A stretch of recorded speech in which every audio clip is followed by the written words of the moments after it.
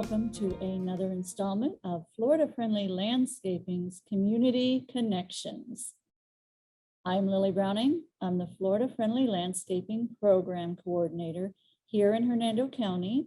I work for Hernando County Utilities in water conservation.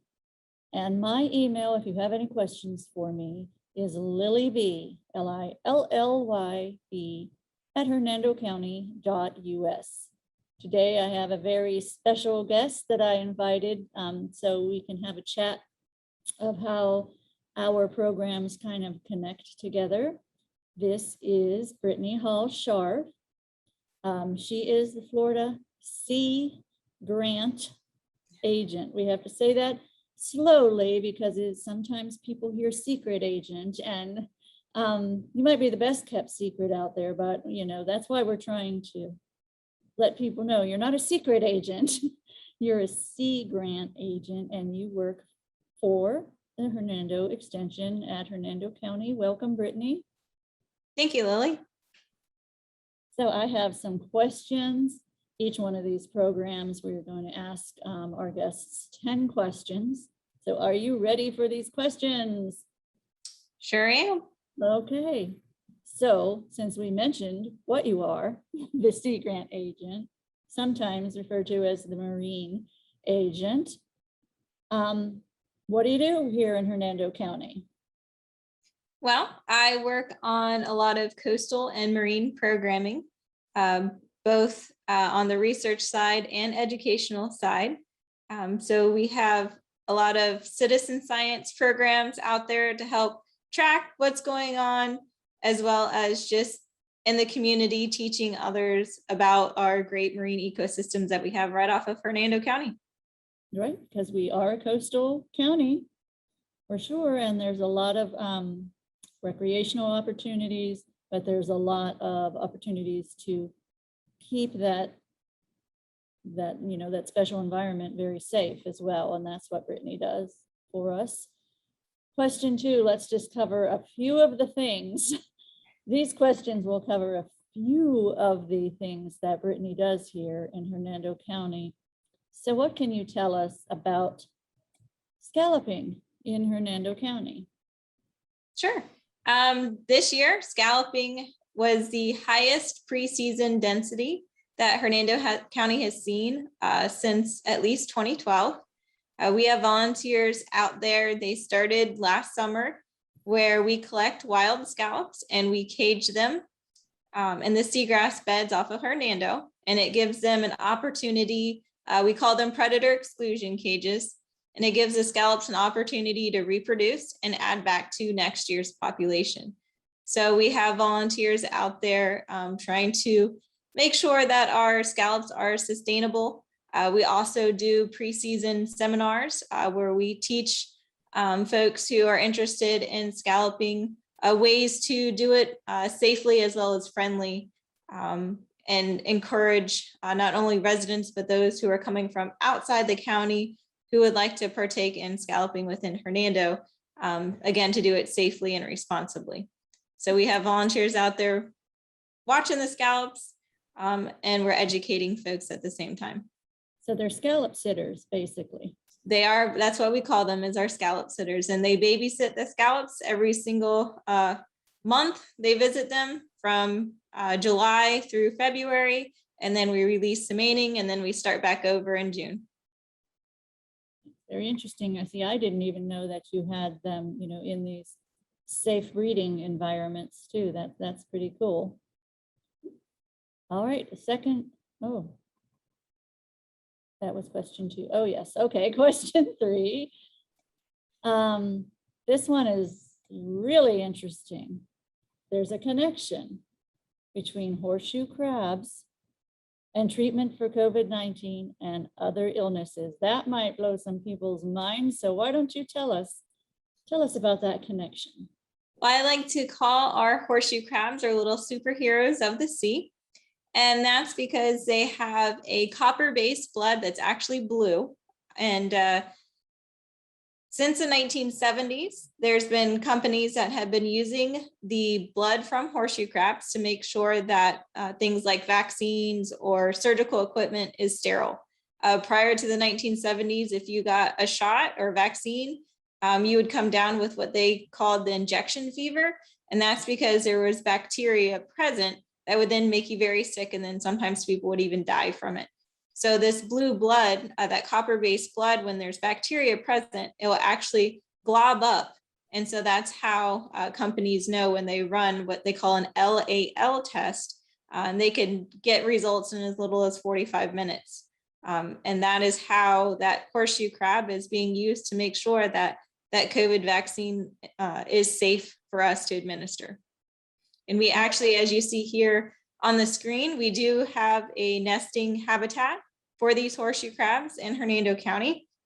We have been part of the Florida Horseshoe Crab Watch program since 2017, and we have volunteers going out every spring and fall. They're about to start their surveys at the end of this month, and we track and tag horseshoe crabs. And so you see Jackie and Teresa here putting those crabs in the 5-gallon buckets, and they will take information like the gender, how large they are, do they have any injuries, and then they will tag the horseshoe crabs and release them. And this gives us information about the horseshoe crab status within the state of Florida. And it's a partnership with Fish and Wildlife, as well as the United States Fish and Wildlife Service. That is really fascinating. That is cool. Okay. Okay, you mentioned a little bit, you touched on seagrass when you mentioned the scallops. How important is seagrass in our waterways? Seagrass is one of those estuarine habitats that is important for a lot of creatures. We have a lot of commercial fish and recreational species that rely on seagrass beds for a portion of their life and sometimes their entire life. So some local species that come to mind would be scallops. They rely on those seagrass beds to hide out from predators. We have spotted sea trout in the area that also will live in these seagrass beds. And besides being a habitat, they're also important for filtration and keeping our waters clean and pure. Just the simple blades that you see here in the picture on the screen, when there's sediment in the water column, it will help knock out that sediment and keep it down on the bottom. So there's many different things that seagrass does, and that's just a couple. Which is why it's important to not disturb that seagrass, to try and let it grow as much as possible. Correct. So if you have been to our boat ramps this summer, Bayport or Hernando Beach, you might see two of our volunteers out there doing our boater education awareness, and it's about boating seagrass safely in our waters and what you can do to avoid from damaging these important ecosystems. So you can avoid these areas altogether, especially when it's extremely low tide. You could end up running aground and your motors start ripping up these seagrasses. Unfortunately, a lot of times when we call it a seagrass scar, when that seagrass is scarred extensively, it doesn't heal. It actually will continue to die off and that scar become larger. So there's ways that you can prevent by either avoiding the area. If you do run aground, trim your motor up and push yourself out of those waters, because these systems are very important for us to enjoy those recreational fisheries or scalloping or commercial fisheries. Yes, I've been following those volunteers on social media, teaching people to be seagrass safe. They are everywhere all the time. You've got some really dedicated volunteers there. They have recruited over 400 boat ramp visitors the past month and a half to pledge to be a seagrass safe boater. So that's very encouraging. Just 2 of them have done that. Huh? Just 2 of them. Wow, that's fantastic. All right, now here's the big thing in the news. And I noticed, I believe you probably put something on Extension's Facebook page today about red tide. How much of an impact does it have here in Hernando County, and what's going on with red tide? Well, red tide is what we call a HAB, so a harmful algal bloom. It originates offshore and will move inshore with tides and currents. The waters offshore are they're nutrient poor, but as you move inland, we have our phosphates, we have our nitrates, and our nitrogens that are providing it food. So that usually will trigger blooms. It can happen all year long. We typically see these blooms start between August and February. So we are currently in a bloom, and Hernando County is experiencing their first red tide bloom. We have, for the past 5 years, have had volunteers go out and take water samples to monitor. And unfortunately, this year, we are finding red tide cells present in our offshore waters, and they are in not only our surface waters, but also our bottom waters. So the surface and bottom waters do not always move the same direction, so that's why we track that. We can only predict what the red tide blooms will do 3 days out. We do this in a partnership with USF and the Florida Fish and Wildlife Service. They are the ones who run the satellite imagery and look for the chlorophyll in the water, because these are harmful algal bloom. They photosynthesize and they can track that chlorophyll from those cells when it gets to a certain concentration. They also are tasked with processing all of the water samples that we send down to them. They do aerial flights to look for the discolored water and the fish kills and report. They're the ones who respond to all of those fish kills that have been reported for the bloom. For Hernando County particularly, so far our inshore waters have been free. We've had background concentrations of cells, which is very low. You typically don't have respiratory irritation with background. You're not going to have your shellfish closures, but our offshore around our Bend-Dixon Reef, so we're talking from like 15 to 25 miles out, the past few weeks has had some red tide concentrations that have been found in the samples, as well as a fish kill that has been spotty from Anclote all the way up to Bend-Dixon. Right now, we unfortunately have low to medium concentration of red tide cells in that offshore area around Bend-Dixon. So if you go out there to go fishing, you will most likely see some dead fish. We've had lots of reports out there, and you'll most likely see or have some respiratory irritation. The severity of that can, be person to person. You can also have eye irritation. If you get it on your skin, it can irritate your skin. And shellfish closures, but our scallops are managed differently than your clams or your oysters. So the shellfish closure most likely won't impact the scallops, but we've been trying to educate those who are coming to go scalloping in our area to make sure you check that FWC red tide map, and it shows all of the samples and what it has been the past 8 days, and find an area that has no red tide cells present, because cooking those scallops will not fully rid those toxins. So what can be done about red tide? Right now, there is nothing that we can do to fix it or prevent it. We have some researchers out there that are looking into possible solutions. So that, that research is ongoing, but right now it's just a matter of monitoring and response. So if the fish kills move in closer, then we will have to activate a response to employ either fishermen like counties south have done, or some of our waterways or county employees to help clean those fish up and put them in dumpsters and take them to the correct facilities. That's very, very sad there. Okay, kind of as a build up, question 6, we know we're hearing some bad news about manatees in general in the past couple of years. How is the manatee population in our area?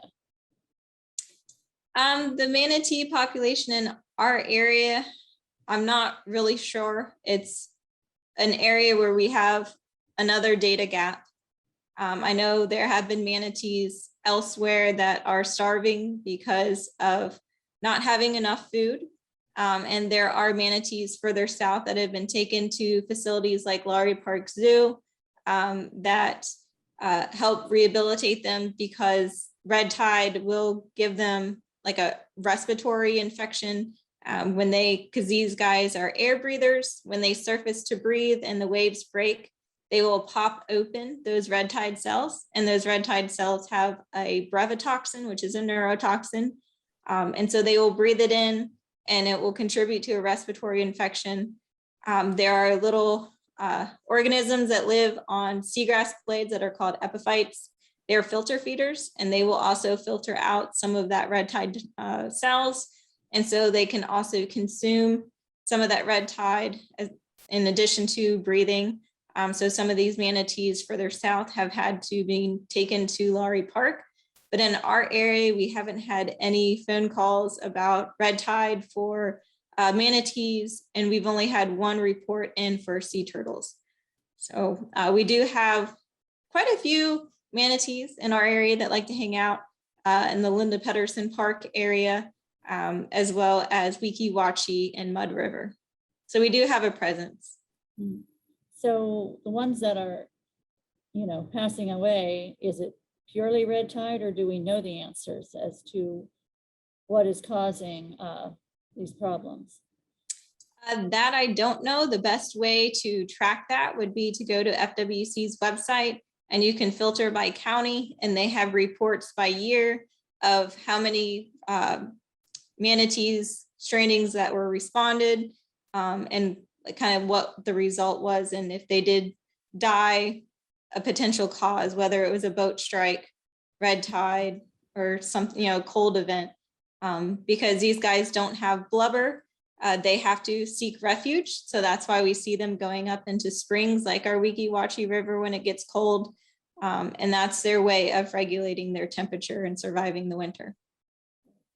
Yeah, they like to go into that 72-degree water and hover together and keep warm. So I know you employ lots of different technology. How do drones enter into your work activities? We use them frequently, actually. Just after, was it Elsa that just went by? Well, Fred just went by. Before that, it was Elsa. Elsa, yeah. It had a okay impact on Hernando. It caused a lot of flooding. We went around the county and used drones in Bayport, Pine Island, Rogers Park, especially Rogers, because there was damage to the seawall. So we did some aerial footage and provided that to the county for them to be able to see from a bird's eye view how far the water went up, and again to be able to help assess that damage on the seawall in Rogers Park. We often work with our Hernando County Sensitive Lands Coordinator for some of his projects that he has going on with invasive species treatments.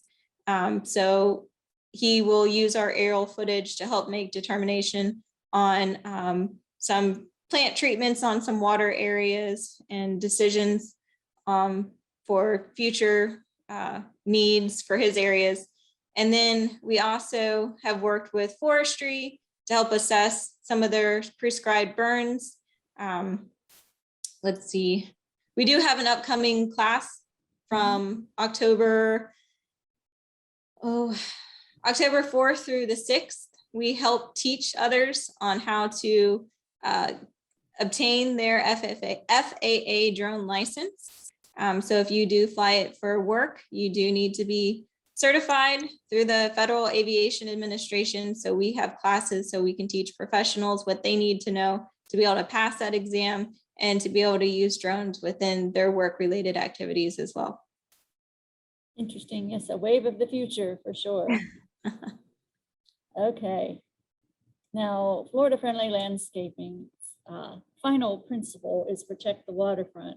And this is how, you and our paths cross quite often, because what I try to do is teach your everyday average resident what they can do to protect the waterfront. What are some of the things that you would say to just somebody living, on a street in Spring Hill? What can they do if they don't live right on the water? Do their activities affect the water? And what can they do to protect it? Yes, what you do upstream does affect the ocean. You don't necessarily have to be directly on a canal or waterfront property to have your activities impact our coastal areas. And we see that a lot when we do our coastal cleanups. A lot of items aren't just fishing gear. They have made their way through winds and weather to a water body and eventually make it out to our estuaries and our marsh grasses. Also with your nutrients that you're adding to your lawn or on your property in general, whether it's an impermeable surface or your lawn, those phosphates, those nitrates, they will make it down to the systems. And again, especially when we have a dry season followed by a really rainy season, it's collecting all that nutrients, it's rushing down and dropping them off in our coastal systems. So that can be food for red tide, that can fuel algae blooms, or it can, fuel other things that will degrade the system and cause the dissolved oxygen to crash. See, it's not just me.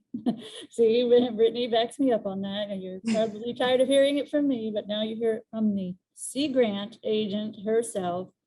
And, of course, to learn more of how to take care of your landscape properly in a way that protects the waterfront, continue to watch this YouTube channel and my playlist, and find out more about Florida-friendly landscaping as well. So question 9, is Hernando County going to hold a coastal cleanup this year? We had to miss last year, didn't we, because of COVID? We had to miss last year because of COVID. So far, we are on schedule for September 18th. We have our check-in station at our Linda Pedersen Park right there in that front parking lot. We are hoping to obtain enough sponsorships to be able to give all of our volunteers a free t-shirt, supply your trash bags, supply your gloves, some water, and we have some other goodies like, for instance, Outback Steakhouse. For the first 100 people who check in and register with us that morning, we'll get a coupon for a free Bloomin' Onion. And then we'll help assign you to an area to make sure we're out on the land. And I know I have some divers that are interested that are organizing within their groups to do some underwater dives to help clean up some of our channels or some of our reef systems. And then you bring it all back to us at the Linda Pedersen station. And we have folks who will tally the trash and separate them out into recycling versus trash. And that data we keep to see how the trash changes year to year, not only in quantity and weight, but to see what those items are, because that helps us to inform us where that trash is coming from. So right now, cigarette butts have been our #1 item, and followed by things like food wrappers, water bottles, beverage cans, and glass bottles. So a lot of things that you would buy in a vending machine or pack for lunch, whether it's from a picnic or a boat outing, or it seems to be what makes it into our coastal land areas and water areas. And I believe Lilly will be there with a booth with some giveaways too. I will be. I'll be there with a booth. Brittany was given the opportunity to either have me sort trash or be able to give really great goodies away. So she chose the great prizes is what she said she wanted. So I'm not sure quite yet what that'll be, but we do have some nice goodies out there that I'll be glad to meet with you and talk with you. And so this time I won't be quite as dirty because I won't be sorting through the trash, although that was pretty interesting. And it's always, you're right, it's always cigarette butts. And sometimes they're just, all around the trash can too. Yeah, we still got it. We talked about having a campaign before, pick up your butts or something, yeah, people need to be people who maybe would never litter don't realize just throwing down your cigarette butt is littering, but in this, it's always a great day, and you have scout groups and you have families and all sorts of participants. Isn't that correct? It's a family-friendly event, and you don't have to be there the whole time. So if you can only do an hour, that's great. We'll take it. If you can be there the entire time, even better. But we are flexible, and we, would love anybody who would like to help us. And again, we have really great prizes, so get there early so they don't run out. Yes. Okay, and here we go. Here's the information about this year's coastal cleanup. I'm going to have Brittany's email at the end of this presentation. So if you have a church group, any kind of club, a bridge club, any kind of, who wants to get together, or you just want to come yourself and maybe, hook up with some other people to help clean up, email Brittany. She'll be glad to give you all the details. And also, if you would like to help sponsor, as she mentioned, get your name out there that you are concerned about our coast. Also email her, and she'll be glad to send you that information. And it's going to be September 18th, 8:30 to 1. Correct. So if you need volunteer hours for high school, this will count. We do have clubs that come out. And if you decide that you would like to help sponsor our event, your logo will go on the back of the shirt, as well as be visible the day of. Fantastic. And you mentioned in all of these activities, this is not Brittany alone. She could not possibly do all this. And we didn't even enter into the oyster beds, did we? That'll be a talk for another time. Brittany relies on our residents and a whole lot of volunteers. As we mentioned, those Seagrass safe people are really dedicated, just out there with a little table, getting people to pledge to be Seagrass safe. These horseshoe, crab, monitors, the scallop sitters, all of the, coastal cleanup, all of it. You even have a mermaid run, a kayak race as well. Lots of volunteers needed for all these things. So people might be really excited that, wow, this is just what I've been looking for, a way to help the environment. What other opportunities are there, or how can they, what areas are you really needing help in? We have opportunities come up all the time with horseshoe crab monitoring, or scallop sitter stuff, the coastal stuff, like you said. That is an annual thing that has predetermined dates and times that I can share information with. We also have some upcoming projects that I'll be recruiting some volunteers for soon. So look out for that.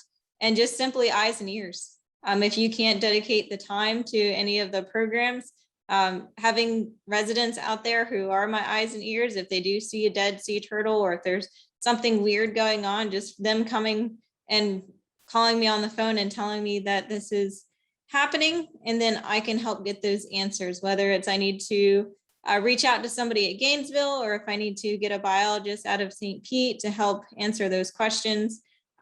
Just those ways you can definitely help within the Sea Grant program in Hernando County. And here is Brittany's email, bhallsharf@ufl.edu. Go ahead and email her and say, I'd like to learn more about, whatever subject we've talked about today, and she'll be glad to answer you. And again, my email is lilyb@hernandocounty.us. Thank you very much, Brittany. Every time I talk to you about these things, I learn some interesting information. she's got a fascinating life there, and she really cares about the environment. So, and always has from little tiny person on. And she's always, cared about Florida, and she cares about Hernando County. And we thank you for all that you do, and thank you for talking to us today. Thank you for having me.